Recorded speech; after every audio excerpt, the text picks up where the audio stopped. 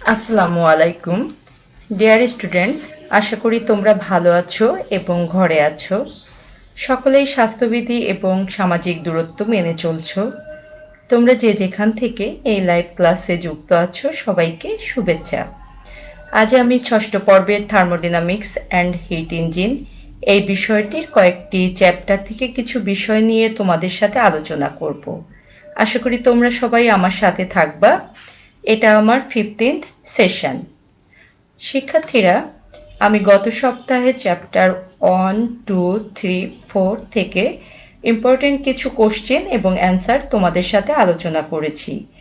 এখন আমি পুনরায় চ্যাপ্টার 5, 6, 7 থেকে তোমাদের সুবিধার্থে আরও কিছু কোশ্চেন অ্যান্সার আলোচনা করব।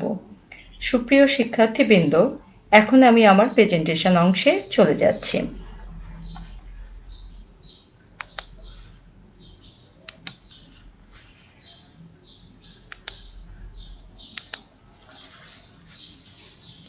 Welcome to our presentation, session 15, Thermodynamics and Heat Engine 67061, 6th semester, Mechanical Department, presented by Engineer Jannatul Firdausi, Instructor Mechanical, Dhaka Polytechnic Institute.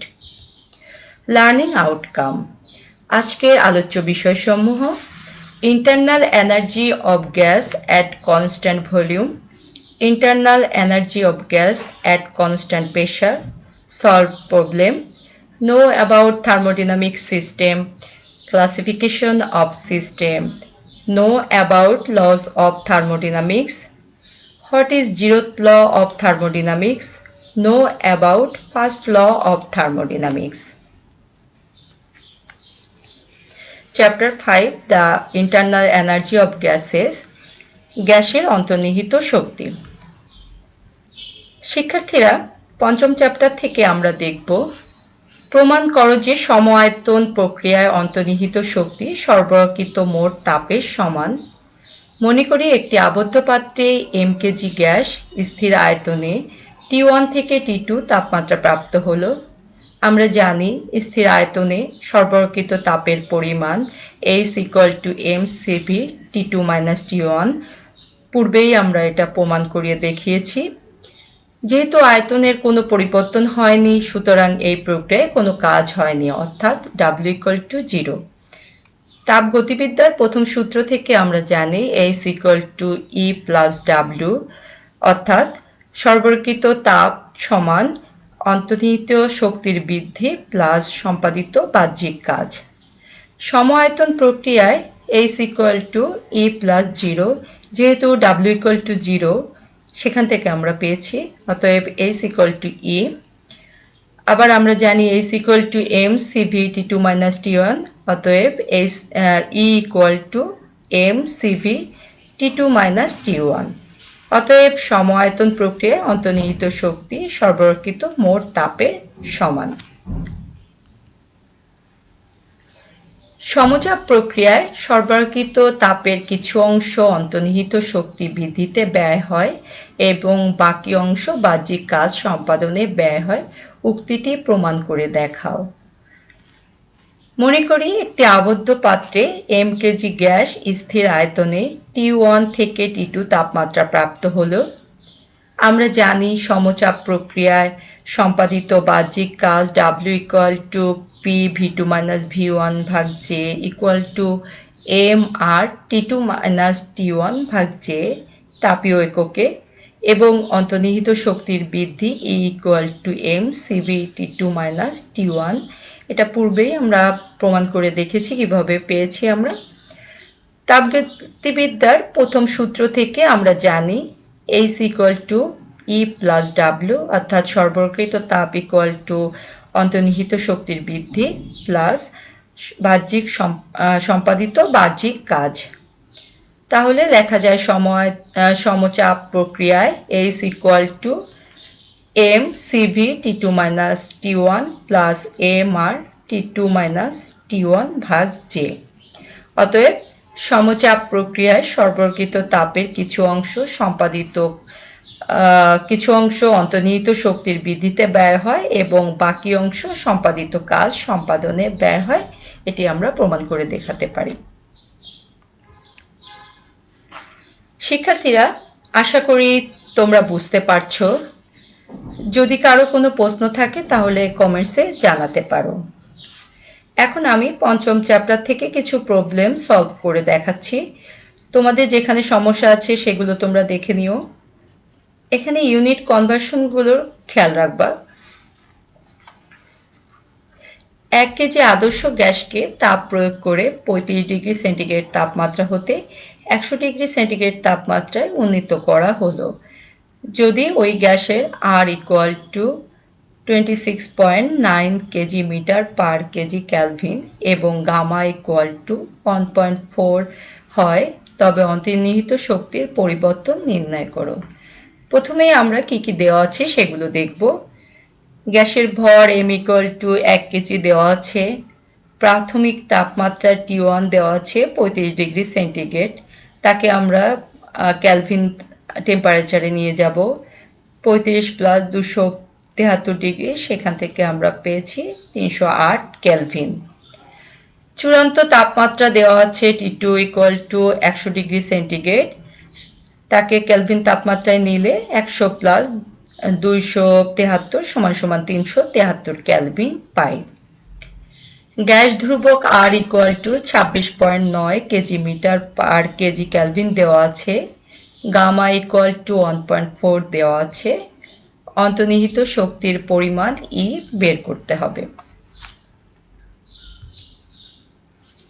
আমরা জানি গামা equal to Cp ভাগ Cv, তাহলে Cp equal to আমরা পাই 1.4 Cv। একে 1 নম্বর সমীকরণ দিয়ে রাখতে পারি আমরা।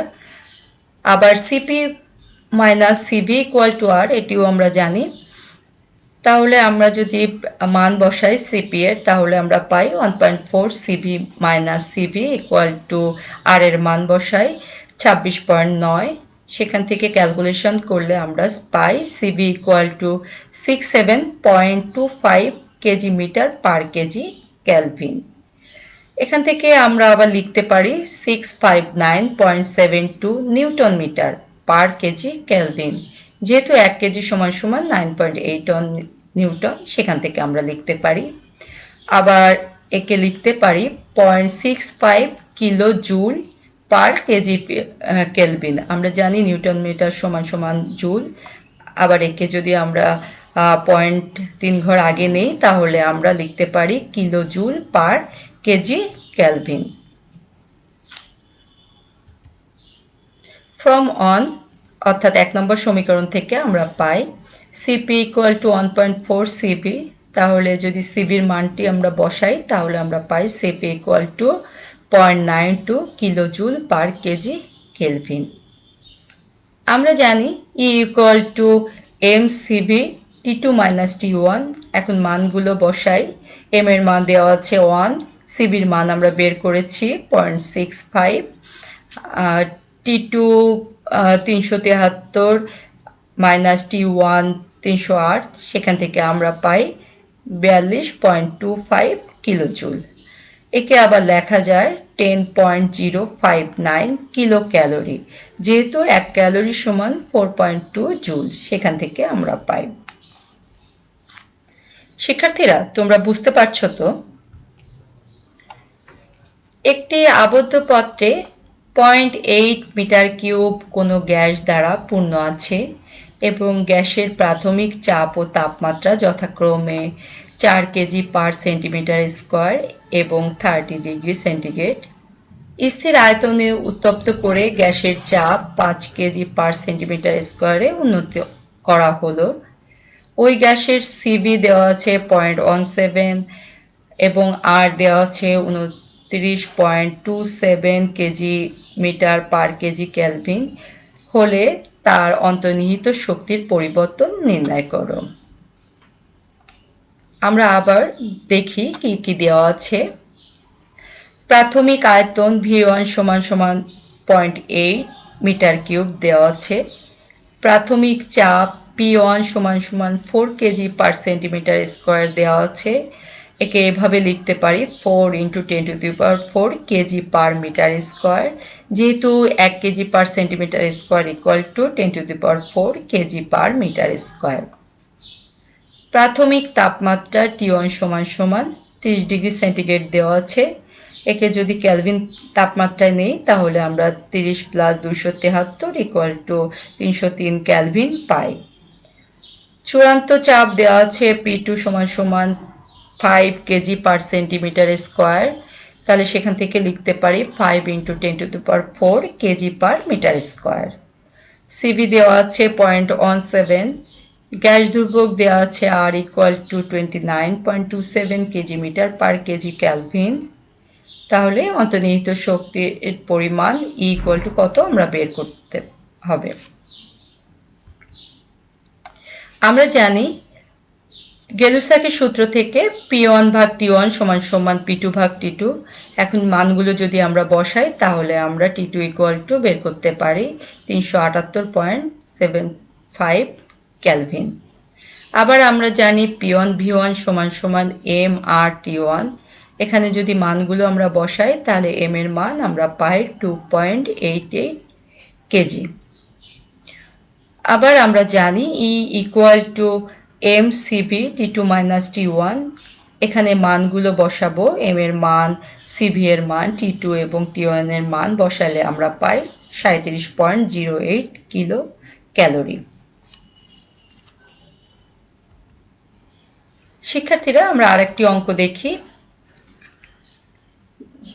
10 kgf পার সেন্টিমিটার স্কয়ার চাপে ও 200 ডিগ্রি সেন্টিগ্রেড তাপমাত্রায় 0.5 মিটার কিউব গ্যাস স্থির চাপে তাপ দিয়ে একটি সিলিন্ডারের মধ্যে 300 ডিগ্রি সেন্টিগ্রেড তাপমাত্রা পর্যন্ত প্রসারিত হয়। অন্তর্নিহিত শক্তির পরিবর্তন নির্ণয় করো। সিপি দেওয়া আছে 0.24 এবং সিবি দেওয়া আছে 0.17। কি দেওয়া আছে আমরা দেখি। চাপ P ইকুয়াল টু দেওয়া আছে 10 kgf পার সেন্টিমিটার স্কয়ার, তাকে লেখা যায় 10 × 10⁴ kgf পার মিটার স্কয়ার। যেহেতু আমরা জানি 1 kg per centimetre square equal to 10⁴ kg per metre square, সেখান থেকে আমরা পাই। আয়তন V1 ইকুয়াল টু দেওয়া আছে 0.5 মিটার কিউব। তাপমাত্রা T1 সমান সমান 200 ডিগ্রি সেন্টিগ্রেড দেওয়া আছে, তাকে কেলভিন তাপমাত্রায় নিলে আমরা 200 প্লাস 273 যোগ করলে আমরা পাই 473 কেলভিন। তাপমাত্রা T2 ইকুয়াল টু দেওয়া আছে 300 ডিগ্রি সেন্টিগ্রেড, তাকে যদি আমরা কেলভিন তাপমাত্রায় নেই তাহলে পাই 300 প্লাস 273 সমান সমান 573 কেলভিন। সিপি এবং সিভি দেওয়া আছে। অন্তর্নিহিত শক্তি ইকুয়াল টু কত বের করতে হবে। আমরা জানি CP minus CV equal to R/J, এটা তাপীয় এককে। অতএব সিপির মান দেওয়া আছে, সিভির মান দেওয়া আছে এবং জের মান আমরা জানি যে equal to 427 kgf metre per kilo calorie.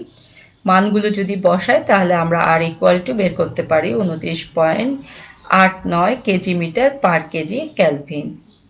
আবার আমরা জানি P1 V1 সমান সমান mRT1। সেখানে মানগুলো যদি বসাই তাহলে m ইকুয়াল টু আমরা বের করতে পারি 3.54 কেজি। আমরা জানি E equal to mCv T2 minus T1। তাহলে m এর মান, Cv এর মান, T2 এবং T1 এর মান যদি বসাই তাহলে E এর মান আমরা পাই 60.12 কিলো ক্যালোরি।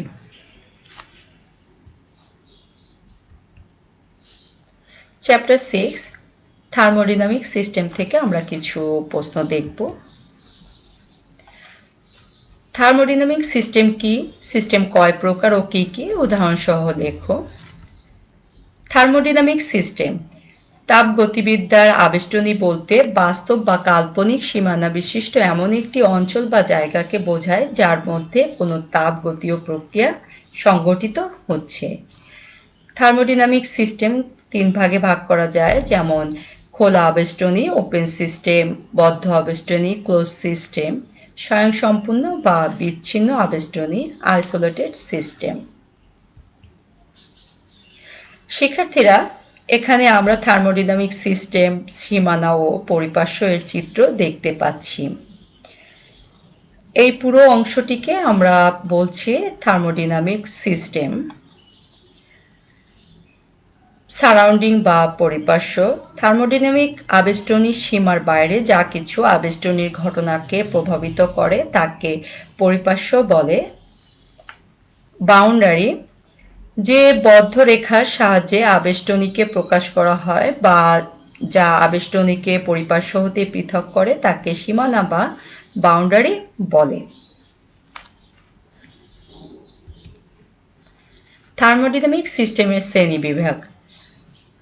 খোলা আবেষ্টনী, ওপেন সিস্টেম। যে আবেষ্টনী তাপ, কাজ ও ভর সীমানা অতিক্রম করে তাকে খোলা আবেষ্টনী বলে। Air compressor, boiler, water wheel, turbine ইত্যাদি খোলা আবেষ্টনীর উদাহরণ। শিক্ষার্থীরা, এখানে তোমরা ওপেন সিস্টেমের চিত্র দেখতে পাচ্ছ। এখানে এনার্জি ইন, এনার্জি আউট হচ্ছে, মাস ইন, মাস আউট হচ্ছে। বদ্ধ আবেষ্টনী, ক্লোজ সিস্টেম। যে আবেষ্টনী শুধুমাত্র তাপ ও কাজ সীমানা অতিক্রম করতে পারে কিন্তু এর ভর ঠিক থাকে তাকে বদ্ধ আবেষ্টনী বলে। বোম ক্যালোরিমিটার বদ্ধ আবেষ্টনীর একটি উদাহরণ। শিক্ষার্থীরা, এখানে তোমরা ক্লোজ সিস্টেমের একটি চিত্র দেখতে পাচ্ছ।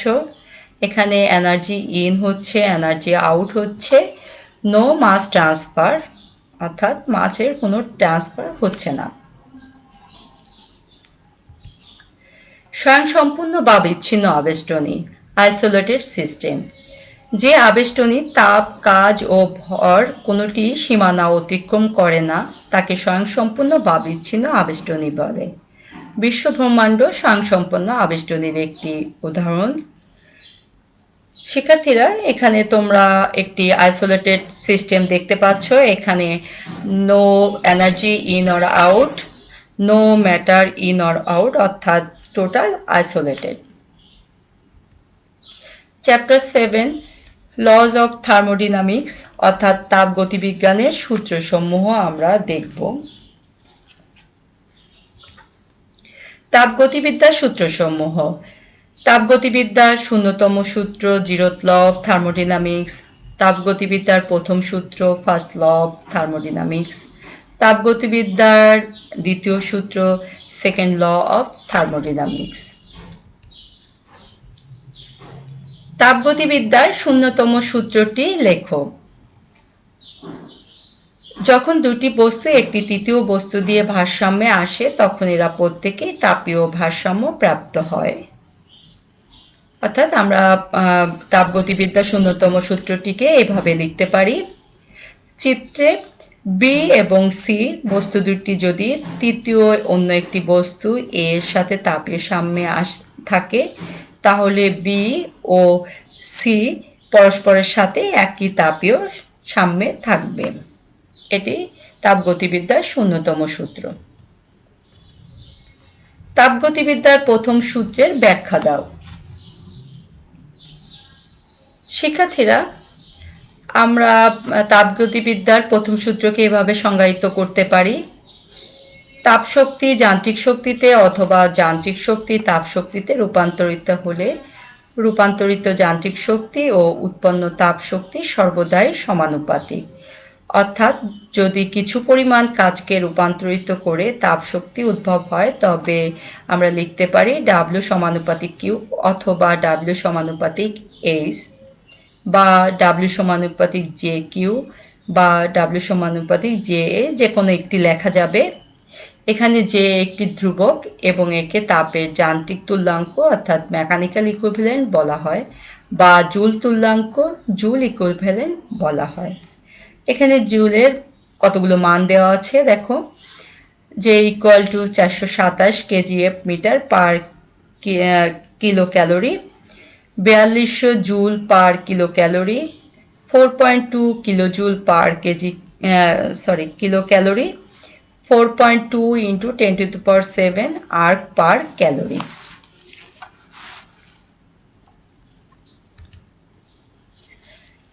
তাপগতিবিদ্যার প্রথম সূত্রকে আবার এভাবেও লেখা যায়। জুলের সূত্রের বিকল্প পদ্ধতি। যখন কোনো পদ্ধতির কোনো চক্রীয় পরিবর্তন হয় তখন কাজ স্থানান্তরের বীজগাণিতিক যোগফল তাপ স্থানান্তরের বীজগাণিতিক যোগফলের সমানুপাতিক, অর্থাৎ সাইকেল অফ ডিকিউ সমানুপাতিক সাইকেল অফ ডিডব্লিউ বা cycle of DQ equal two সমানুপাতিক ধ্রুবক জে সাইকেল অফ ডিডব্লিউ। এখানে সাইকেল একটি সম্পূর্ণ চক্রের যোগফলকে উপস্থাপন করে।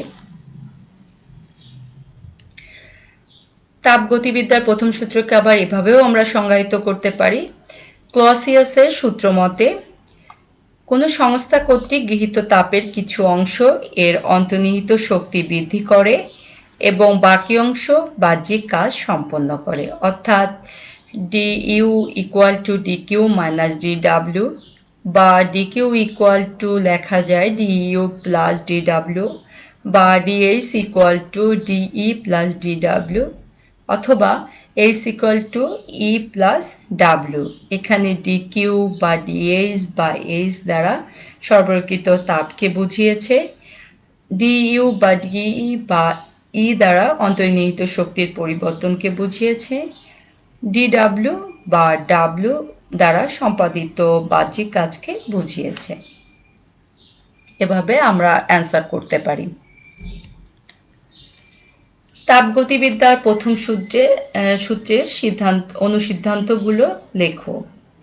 অনুসিদ্ধান্ত 1, বদ্ধ আবেষ্টনীতে একটি গুণ বা ধর্ম বিদ্যমান থাকে যাকে অন্তর্নিহিত শক্তি বলে।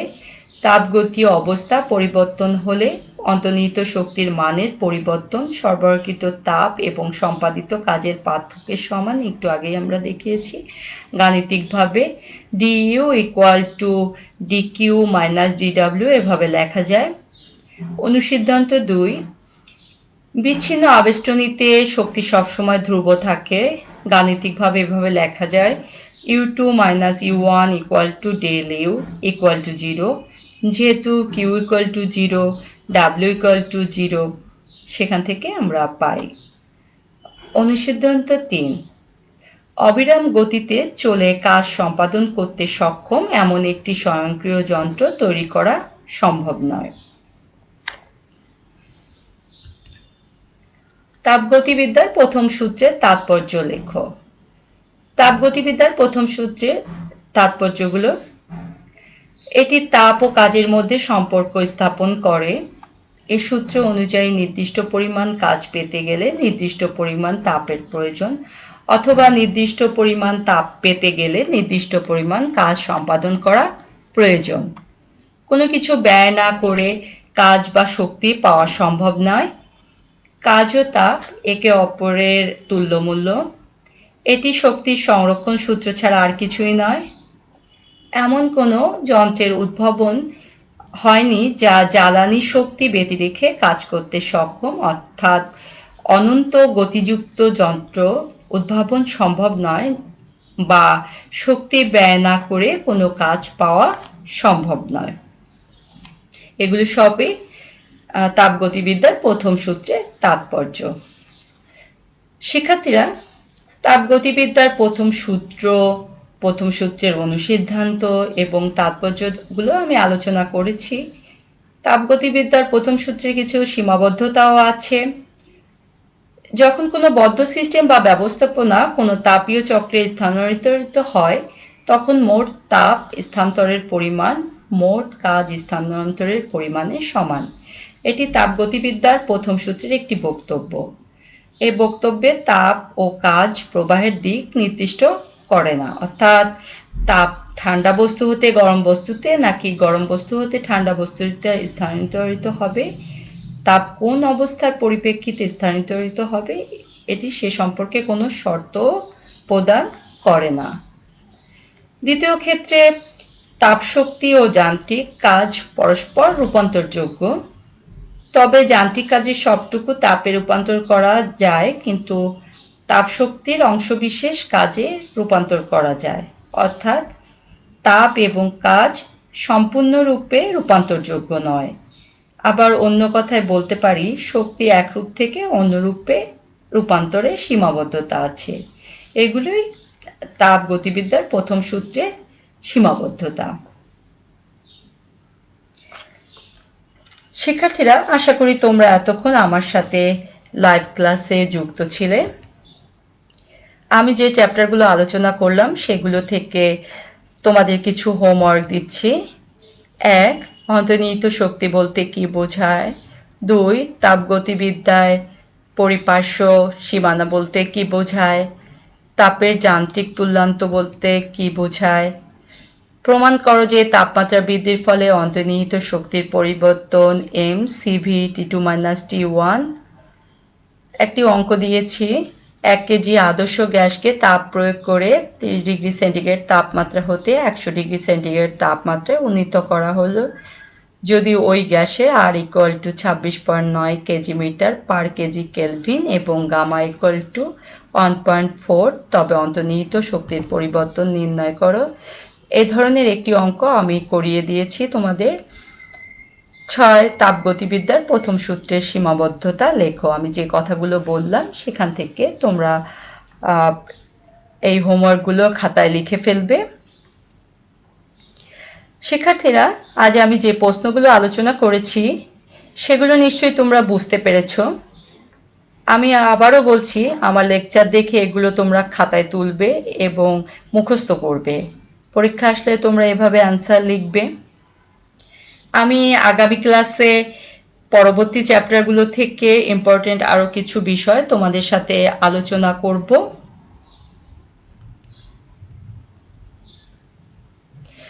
এই ক্লাসের ভিডিওটি পুনরায় দেখতে চাইলে দক্ষতা বাতায়ন skills.gov.bd এই ওয়েবসাইটে ভিজিট করুন। আগামী ক্লাসে আবারও দেখা হবে। সবাই ভালো থেকো, মনোযোগ দিয়ে লেখাপড়া করো। আমরা সবাই স্বাস্থ্যবিধি মেনে চলবো এবং সামাজিক দূরত্ব বজায় রাখব। প্রয়োজন ছাড়া ঘরের বাইরে যাব না। প্রয়োজনে বাইরে গেলে মাস্ক ব্যবহার করব। এখানেই শেষ করছি। Thanks to all.